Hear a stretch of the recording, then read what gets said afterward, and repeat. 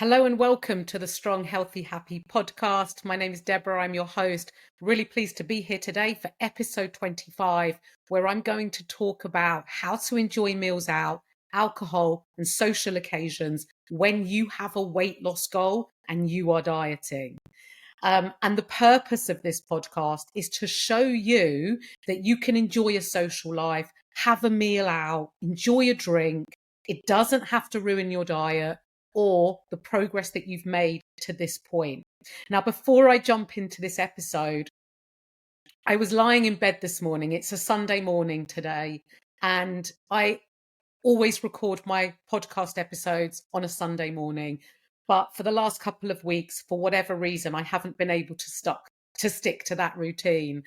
And I was lying in bed this morning thinking, right, I need to record a podcast this morning, and I'm a bit out my routine. And I want to just show you this comparison to how you might be feeling and how I sometimes feel outside of recording podcasts when it comes to, say, exercise.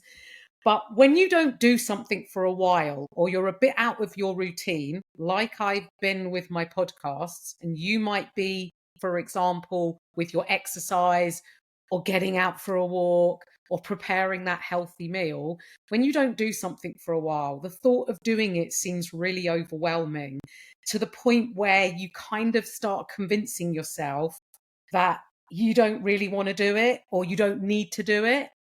And I'm having this sort of internal conversation with myself saying, I need to record a podcast. I want to record a podcast this morning, but it feels really difficult because I'm a bit out my routine. Oh, maybe I'll leave it till next week. Maybe I won't do it. And you've got these two voices in your head, the one saying, go and do it, and the one's giving you all the excuses as to why you shouldn't do it or why you don't need to do it. And if you're having those thoughts, when it comes to your goals and the things that you need to do to achieve those goals, quieten down the voice giving you all the excuses. Shut it off if you can completely, and know what you want to do, and think about how good you're going to feel when you do whatever it is that you're putting off. Because I know I love my podcast. I'm really proud of the podcast that I've been recording. I want to help more women, and my podcasts are a way of giving out free education. Not coaching isn't accessible to everybody. And I love doing these podcasts. And I got myself out of bed, I'm showered, I'm changed. And here I am recording my podcast. So if you've been putting off doing the things that you know you need to do to support your goal, quieten down those voices, shut them off, and go and do it, because your future self will thank you. And that's sort of how I wanted to start my podcast this morning.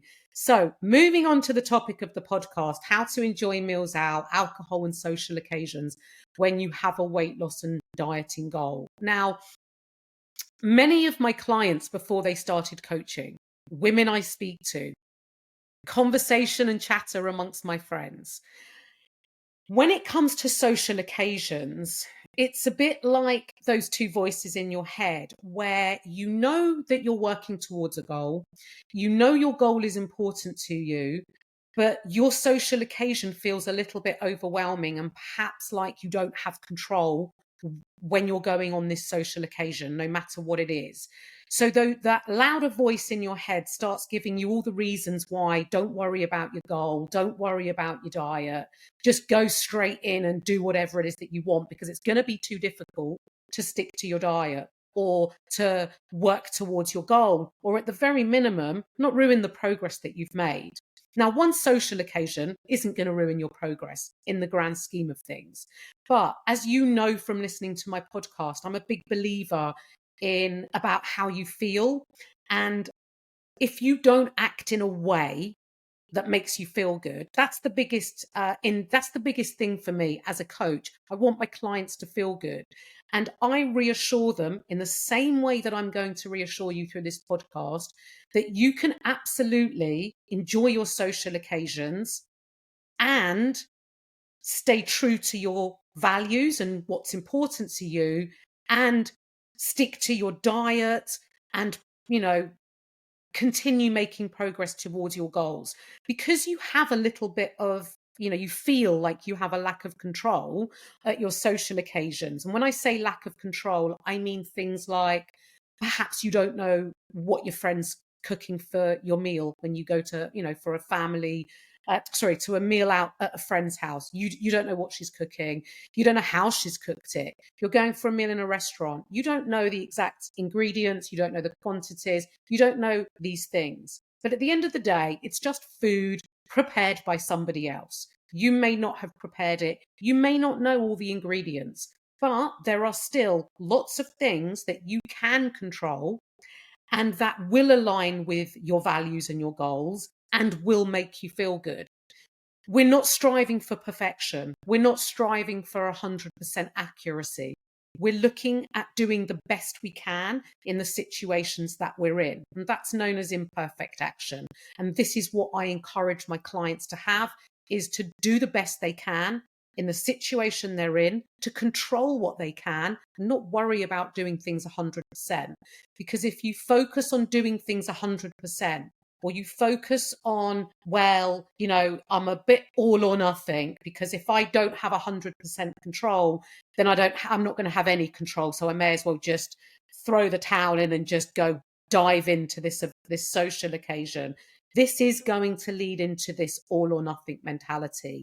And when you go all in, it is that all in approach that is going to ruin your progress. Because if you go in with I'm going to do the best I can, that approach is going to end up enabling you to enjoy your social occasions and still make progress towards your goal. And this is what the purpose of this podcast is I want you to have an active social life and social occasions and meeting friends, family, etc. is an important part of your life. And no diet should leave you thinking, well, I'm on a diet, I'm on a strict diet, I can't socialize, so I'm going to just say no to this. Shouldn't be like that.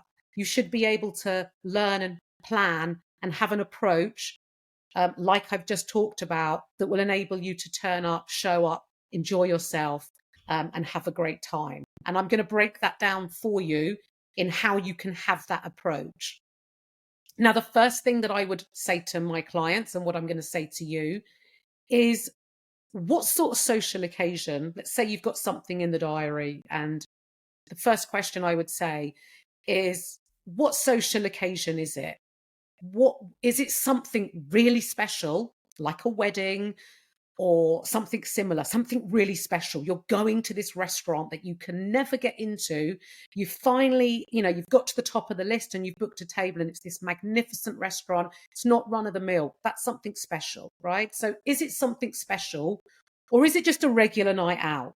And you know what those regular nights out, the regular night out with, your friends down the pub or to your normal local restaurant, it's just a regular night out. It's not that it has lesser value, but it's just something you do regularly. It's nothing special.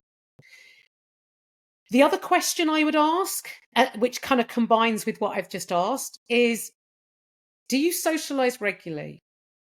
If you're the type of person who doesn't really go out very often, when you do have a social occasion, is it a rare occasion? And if so, your approach is going to be different to someone who's out all the time. And I have clients who are out multiple times a week, multiple holidays, weekends away, visiting family, friends, etc. They are social life is really active. And then I've got other clients who don't go out very often. And so when they do, it's a really rare occasion. Because if you hardly go out at all, and then you have something in the diary, I want you to approach it in a more relaxed way, because it's a big deal. You don't go out very often.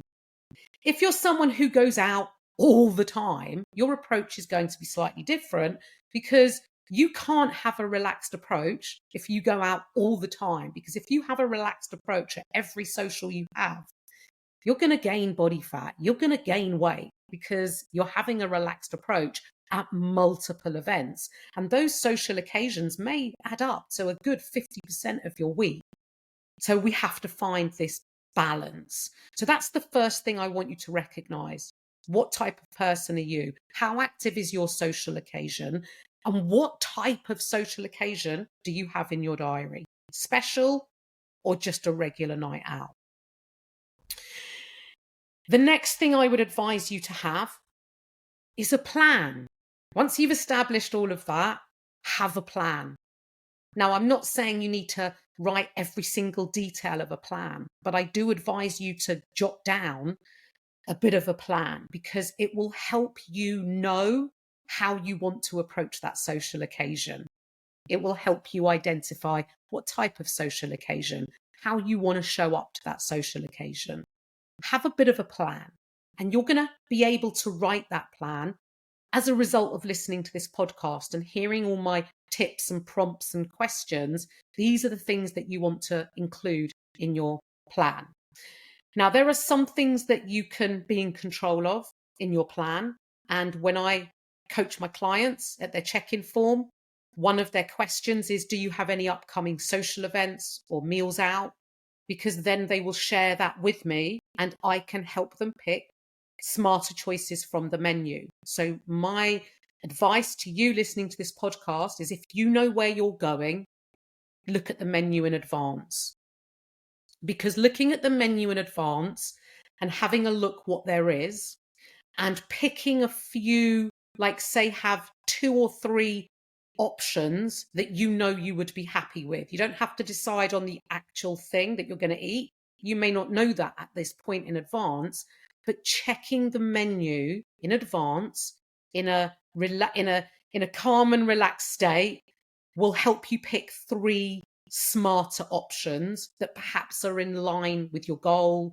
And I'm going to go into smarter options in a moment, but having picked a few options will be the way it will help you. Is if you don't do that and you turn up at your social event and the excitement and the anticipation all builds in advance, and you're sat at that table and you're looking at the menu for the first time, it can be really overwhelming and you don't know what you want to choose. You're influenced, say, by friends, what they're having. You lose the decision making is just too much, and you can't rationally decide on what you're going to have and necessarily pick a smarter option. So looking at the menu in advance, having 2 or 3 things that you know are going to be a good option for you.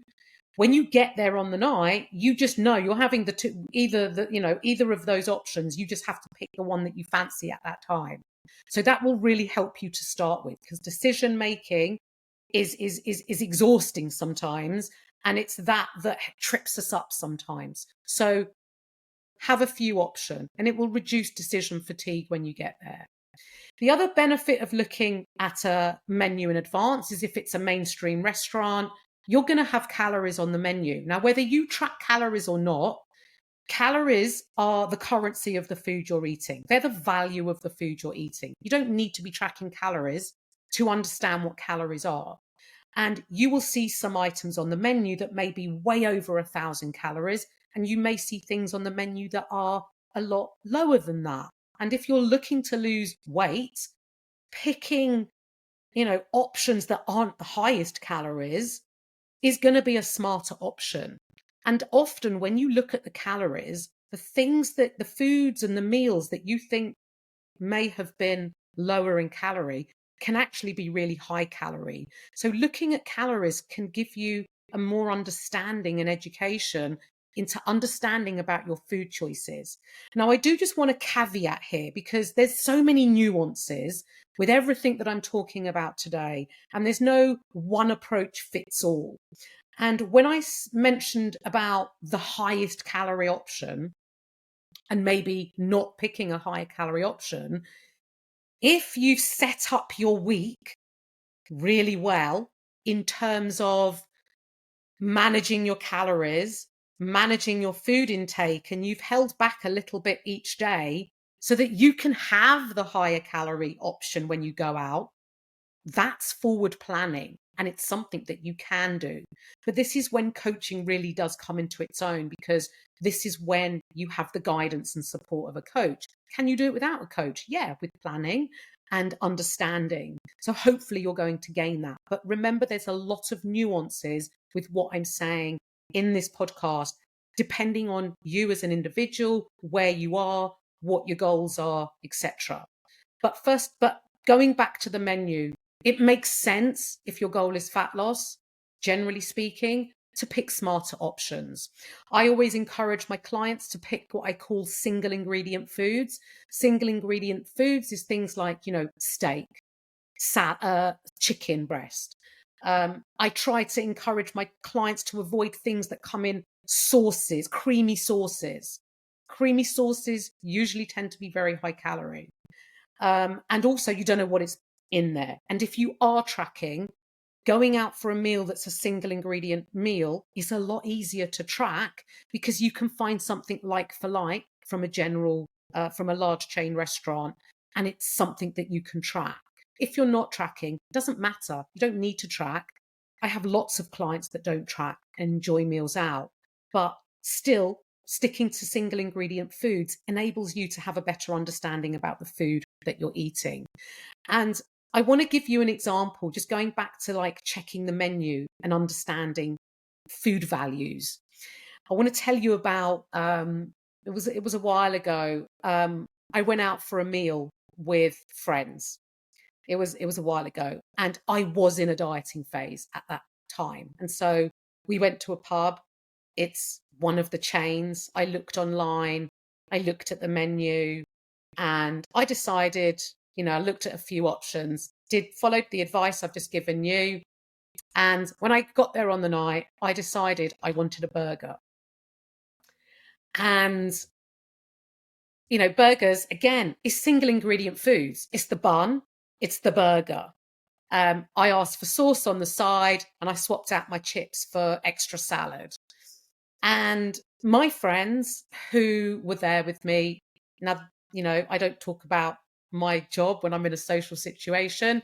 And my friends decided that they were going to have the grain salad, which are on menus a lot in these places and in many restaurants, a grain salad. And because it was a salad, they were going to get a side portion of chips. Now, that grain salad and chips was double the calories of my burger and salad. Now, they unintentionally, unknowingly, genuinely thought they were picking a healthier option by going for the salad. But that salad was very high calorie, as those salads can be, depending where you're buying them and depending what the ingredients are. And the other point I want to say here as well is my satisfaction from eating that burger was so high because that's all I wanted. Whereas having the salad didn't lead to the satisfaction, hence why the side portion of chips to give the satisfaction, but actually it took their meal over a lot higher, even though they thought they were picking the healthier option. It wasn't. So these are just things to think about and to emphasize that knowledge is power. Understanding about the food that you're eating is power. And this is why going through a period of time tracking calories and, investing in coaching, if it's an option for you, will really help you to understand about different food values so that you can make informed choices, whether eating out or whether preparing meals at home on your own. You will have a lot more understanding and knowledge so that you can reduce your calorie intake so that you can lose weight. And I hear a lot, I've got such a healthy diet, but I'm not losing weight. And I've done a reel on this. Healthy food still has calories, and often they're a lot higher than what you realize. So yeah. Now, the other point I want to make when you're going out for a meal out is to be prepared to make compromises. So you've made your smart choice. You need to be prepared to also make compromises. So my compromise on my burger meal out was to swap the chips out. I was happy with that. I'm not really a lover of chips, and it was no big deal. But compromises can be made where you feel that you can make those compromises. So whether it's swapping out the chips, whether it's, compromising that you're not going to have the dessert, just be prepared to make compromises. You have to sort of do this bargaining with yourself on what you're prepared to compromise on. It is also on meals out and social occasions important. Like, say you're at a friend's house and they're saying, do you want some more of this or do you want some of that? Is be prepared to say no, thank you. Now, I know this can be really difficult. I know this because, you don't want to be rude, especially if you're at a friend's house and they're offering you something and they've gone to great lengths to prepare the food or bake the cake or whatever it is that they're asking you to have or offering you. Is sometimes you do need to say no, thank you, because people pleasing or fear of upsetting other people, it's a really big thing, because you're a good person, you're a kind person, your friend matters to you and you don't want to offend anybody. But saying yes because you don't want to upset your friend, but you're going to upset yourself as a result, that doesn't make sense. So sometimes saying no, thank you is going to help you further along. And it's where you choose to say those no thank yous, and it ties in with your compromises and it ties in with your smart choices. But saying no, it's okay to say no. And the more you practice it and the more you say it, the easier it will become. The other advice when you're out on a social occasion is sometimes you're going to have to show restraint. You might want that extra bit of dessert, second helping. You might want that extra glass, that another glass of wine. You're having a lovely time and someone's sort of hovering the bottle over your glass to give you a top up. Sometimes you're going to have to show restraint. You might want something, but if your goals matter to you, you're going to have to act in a way that aligns with your values and your goals. Now, when you write your plan and I'm just going to backtrack and I go back to the beginning. I feel like it's a bit like when I went to market and I bought. It's the same thing. Social occasion, write it down. What type of social event is it? Is it a big celebration, a special occasion, or a regular night out? How do you want to approach it? Are you going in a relaxed approach because it's a very rare occasion out, or a special occasion? Or are you going to, do the best you can in the situation you're in and you're going to plan it out? Then you're going to check your menu in advance. You're going to choose your few options. So on the night it's going to be A, B, or C. And then you're going to make you're going to choose smart choices. You're going to make swaps. You're going to make compromises, and you're going to say no, thank you, and show some constraint. You can also include in that plan, when it comes to alcohol, what alcohol are you going to drink? Because there are some better options. When I say better, it's not really the right word. There are smarter options if you want to stick to, making progress and not, managing the calories that you're drinking from alcohol. Some drinks are higher in calorie. Now, you may just want a glass of wine, and that's fine. Have the glass of wine. Put it in your plan. 1 glass of wine. Stick to it. You might decide that you're going for a gin and slimline or a vodka tonic or Diet Coke or whatever. Put in your plan how many you're going to have. Write it in so that when you go on your night out, I'm having 2 G&Ts, gin and slimlines, or I'm having 1 glass of wine, or I'm having 2 glasses of Prosecco. Know what you're going to have, because then you're more likely stick to it. I hate to use this next word, but I'm going to say it. I'm just going to take a drink. The other thing that when you're on social occasions, is, along with all those other things, no thank you, swaps, compromises, is sometimes you do have to have a bit of discipline. I hate the word discipline because it sounds like a school head teacher and it sounds like a dirty word. But discipline is the way that you would show discipline on a night out is know what you had planned and intended for yourself and stick to it. Because do you know why? Your future self will be so thankful. And when you wake up the following morning, you will feel so good and so proud of yourself. And I had a new client start with me recently, big drinker. And I've got nothing against alcohol, right? But is it conducive to a fat loss goal? No. And I'm going to record a podcast episode on this all on its own, but I'm going to touch very lightly on it. Is it conducive to a fat loss goal? No. It's not so much the alcohol that you drink at the time, it's the impact it has on you after.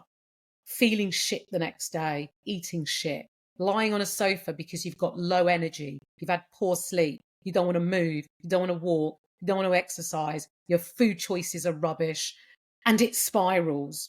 And so when you wake up after a night out, you've had a bloody great time and you've enjoyed your wine, your two, whatever it is, your two Prosecco's or whatever.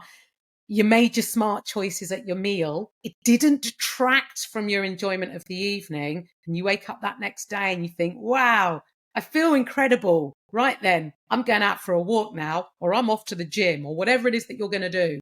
It's a really great feeling. And it's about feeling empowered and proving to yourself that you can do what you said you were going to do and stick to your plan. And this is how you build self-belief, self-confidence, and trust in yourself. Now, the other thing when you're on your night out, I've kind of digressed. I'm bringing myself back.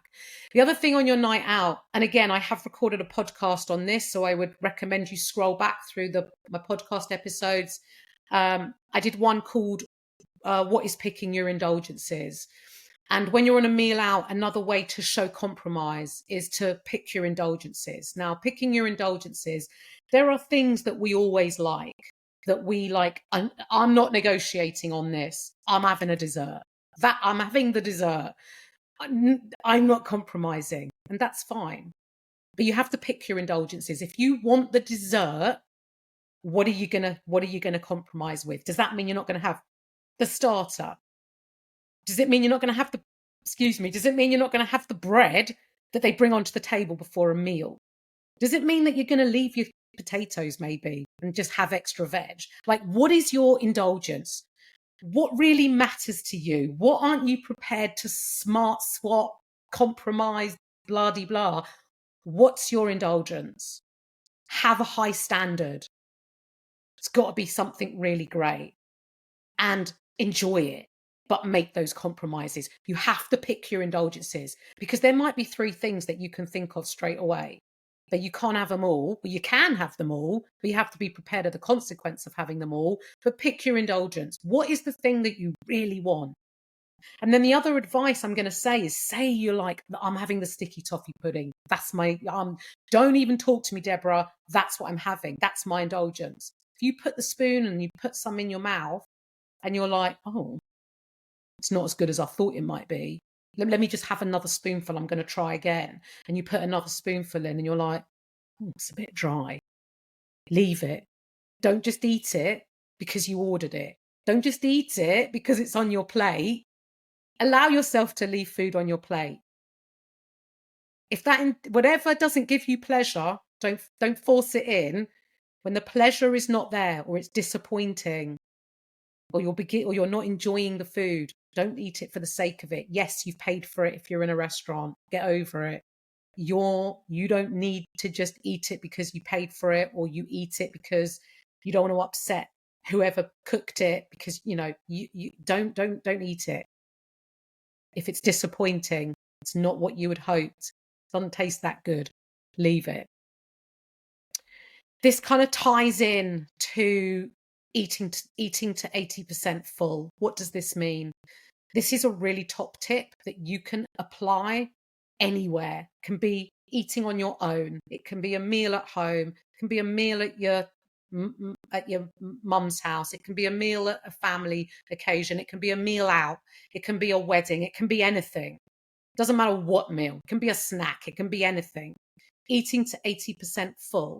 If you think of being 100% full when you eat something and you leave the meal and you're really at a 100% comfortable fullness.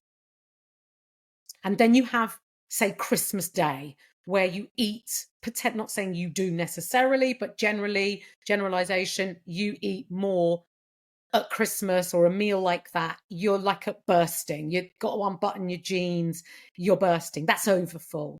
That's like 110, 120%. And then you've got the 100%. Now, what 80% is you're satiated. You've had a good meal. You're mildly full. You're comfortably full. You could eat more, but you're going to choose not to.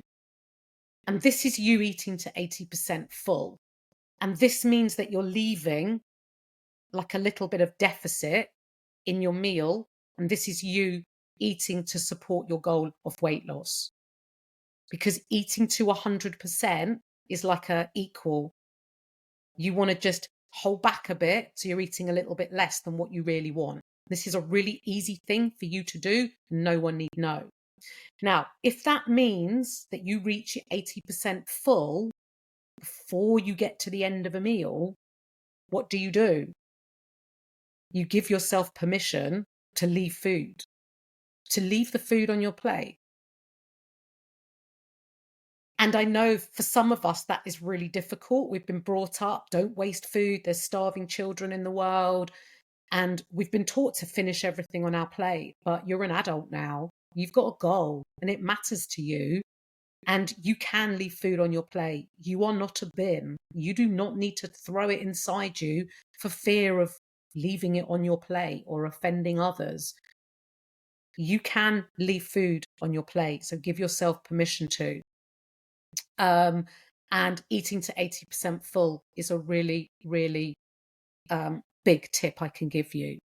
Now, if you do end up having the extra glass of wine or having something that you didn't plan into your plan, and you have this moment of realization, shit, shouldn't have eaten that, or why did I eat that? The biggest advice I can give you is move on. Carry on. You have not ruined anything. Yeah, you might have gone a little bit over.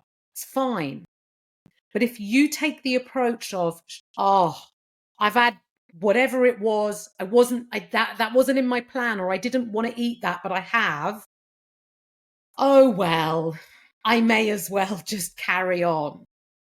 No, don't let it spiral into then thinking you've ruined things and then diving in to everything else on offer.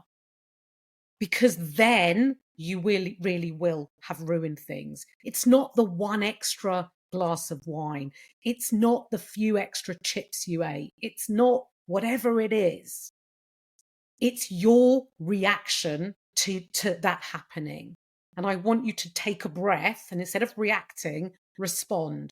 And the way you're going to respond is like, oh, shit, fine, it's happened. I haven't ruined anything. I'm going to draw a line. I'm going to carry on with the rest of my evening.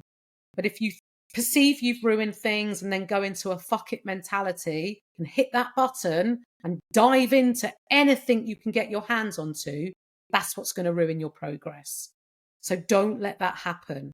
Get back to your normal routine the following day after your social event. Let me just start that again. After your meal, your night out, your social occasion, the next thing you're going to do is you're just going to resume your normal routine. So even if you've been a bit more indulgent at your night out, it's been a special occasion, so you've relaxed a little bit more, whatever, that's fine. You just carry on the next day in the same way you would in your normal routine. Don't let one indulgent meal out impact your following meal choice. Get back to your normal routine. Make sure you've set up your environment with the foods that support your goal. And again, I've done a whole podcast on setting up your environment.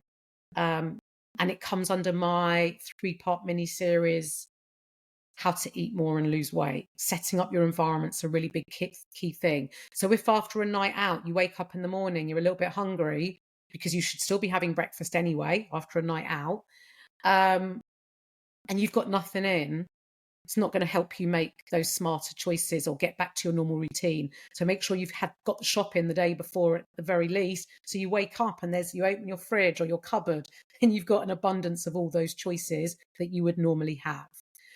So get back to your normal routine. I'm hoping that you have found this podcast really helpful. And I want to just finish off by saying and reassuring you that social occasions are an important part of life. Your social occasion is about the people, the memories, the atmosphere, the environment. It's not just about the food and the drink. It is about, that's a part, but it's not the main part. It is everything outside of that. And you can still have a really, really great time without food being the main event or how drunk you get. That's not the main event. The main event are the people and having that social interaction and connection, enjoyment and fun. So remember, you can enjoy social occasions. And hopefully the tips in this podcast will help you. Now, if you would like to join my coaching community, because we are a community, and have support to achieve your goal, message me on Instagram or Facebook. I love hearing from you. And if there is anything you are struggling with and you want help with, message me. I love to help and hear from you. Message me. All my contact details are in the show notes. And if you enjoy this podcast, share it with your friends. Don't keep me to yourself. Share me with your friends. Share the link to my podcast in your friendship WhatsApp groups. Share me on your stories, on your social media. Tag me. Let me see. And as always, I'd love it if you left me a 5-star review and follow or subscribe to the show, which is on Apple and Podcasts. So whichever you're listening on, I would be really grateful. I want to reach and help more women, and you sharing me is a great way for that to happen. So have a great rest of your day, and I look forward to catching up on the next podcast.